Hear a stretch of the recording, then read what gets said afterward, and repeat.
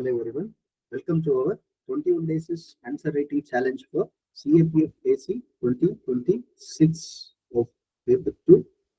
So you can download the model answers of all these daily answer writing challenge questions in our app, the link of which will be given in the description section. So today we look at the day 4 model answer, the discussion of an essay. Right? Moving on to the question. The essay question is about empowering women as the key to accelerating India's socio-economic progress. This we can consider under two separate themes, either under the theme of women empowerment or it can also be considered under the theme of socio-economic issues. So more apt would be this women empowerment centric theme. So first of all, as usual, we will look into the approach or structure to this particular essay. So first start with an introduction, and followed by that we can discuss the current status of women empowerment in India. Since this essay is mostly restricted to India's socio-economic progress, you can restrict your whole discussion to India specific findings or initiatives, etc. So second dimension would be what is the current status of women empowerment in contemporary India, and thirdly we can discuss about the significance of empowering women. Significance, and fourthly you can discuss about the challenges, contemporary challenges, and what are the various government initiatives in this regard, especially in empowering the women folks. We can discuss that here, and finally we can conclude with an conclusion. So there are almost some 6 dimensions. So with all these 6 dimensions, even if you are writing for half a page for one particular dimension, then you will be able to write a decent enough essay for a 3-page. Right? Moving on to the elaboration of all these different dimensions, you can start with introduction with the quote by Dr. B.R. Ambedkar, who said that I measure the progress of a nation by the progress attained by the women section of the country. Something on similar lines, Dr. B.R. Ambedkar has given a quote. We can start with such a quote here, or if there are any statistics, we can start with statistics like the recent World Economic Forum's Global Gender Gap Report. Global Gender Gap Report that was recently released around May 2025, or we can start with any of the introductions, or else you can simply start what do you understand or how will you define this women empowerment. Anything can be fine for this particular essay's introduction.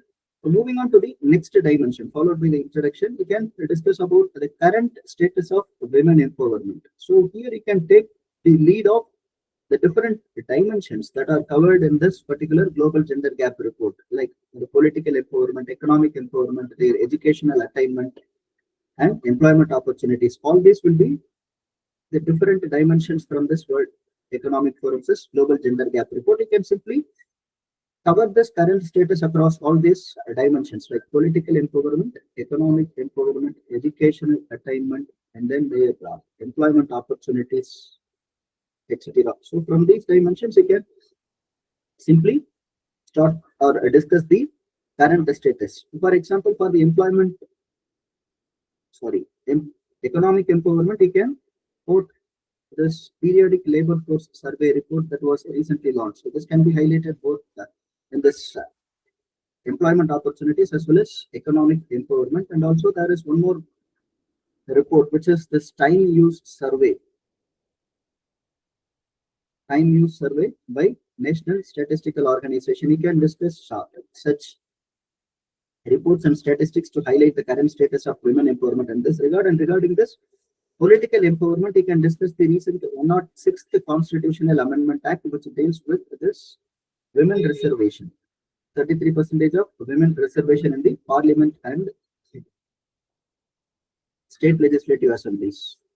So on similar lines, their educational attainment. Here you can discuss about certain statistics like the Pradham's annual survey of education report, or there is this ISHE report by Ministry of Education, All India Survey on Higher Education by Ministry of Ministry of Education. So we can quote all these different reports and statistics to highlight the current status of women empowerment across all these different dimensions. And followed by that, like you can discuss about the significance of empowering women, especially given that women occupy close to 50%.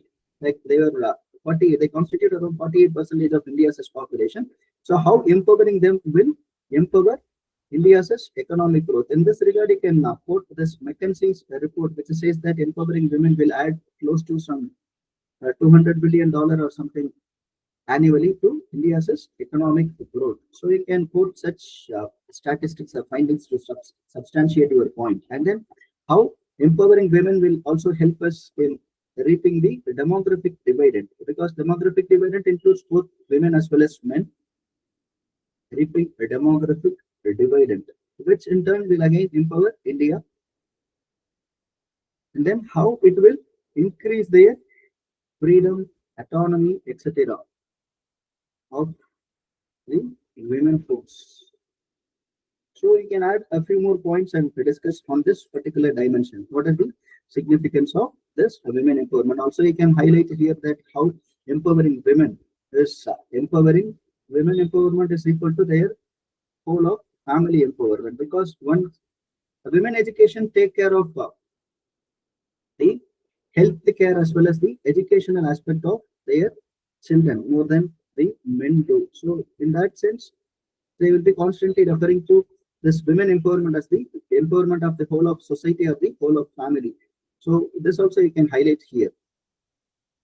And moving on with the next dimension, we're discussing on the challenges. What are the various challenges that we face with respect to women empowerment, especially in the contemporary times? Here you can highlight the persistent societal stigma against women or the patriarchal attitude. And when it comes to this employment opportunities, we can discuss about the glass ceiling effect, employment opportunities. Here you can discuss about the glass ceiling effect,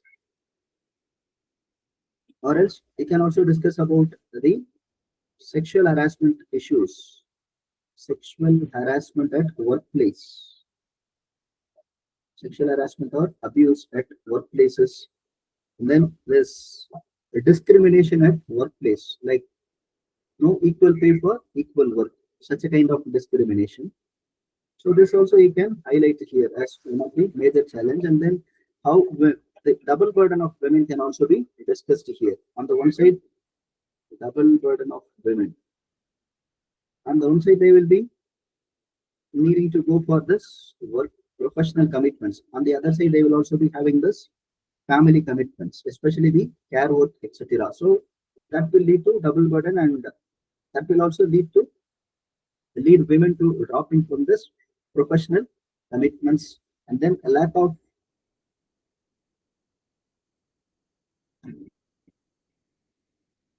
crutch facilities in organizations, that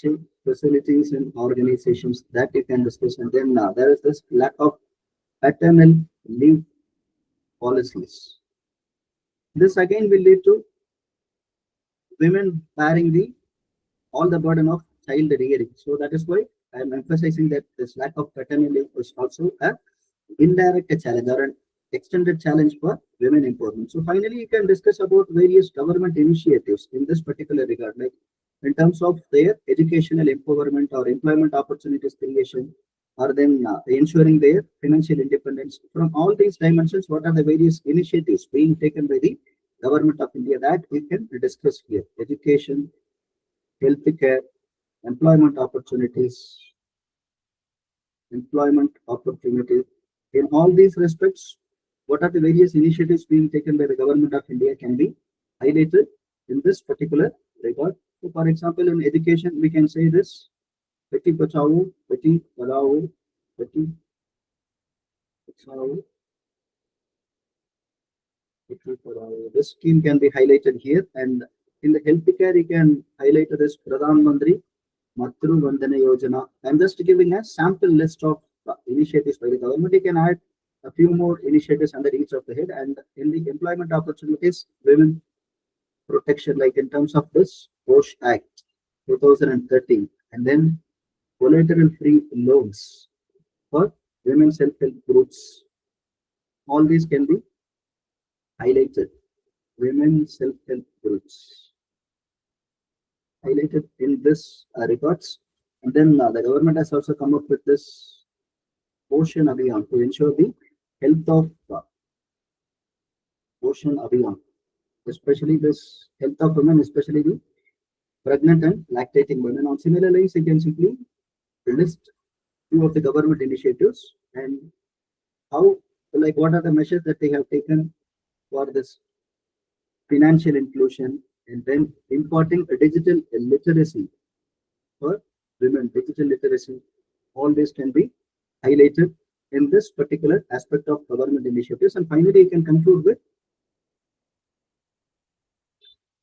highlighting how empowering women is going to be very significant if India wants to realize its dream of $10 trillion economy by 2047, and also achieving the SDG 5, which deals about gender equality. So we can emphasize certain key points like this, and you can give a conclusion for this particular essay. So this is all about today's discussion session. Like, I'll just give a brief recap of whatever we have discussed so far. Like, first one, you can start with an introduction, right? Starting or discussing either this women empowerment or Dr. Ambedkar's quote, or we can discuss about the start with some statistics, and then what is the current status across the different sectors of women empowerment, and then significance of empowering women. What are the challenges that we encounter here, and what are the various government initiatives despite these challenges that are being taken by the government to empower women, and finally a conclusion. That is it. Thank you. We can download the model answer for this particular question from our app, the link of which is given in the description. Thank you.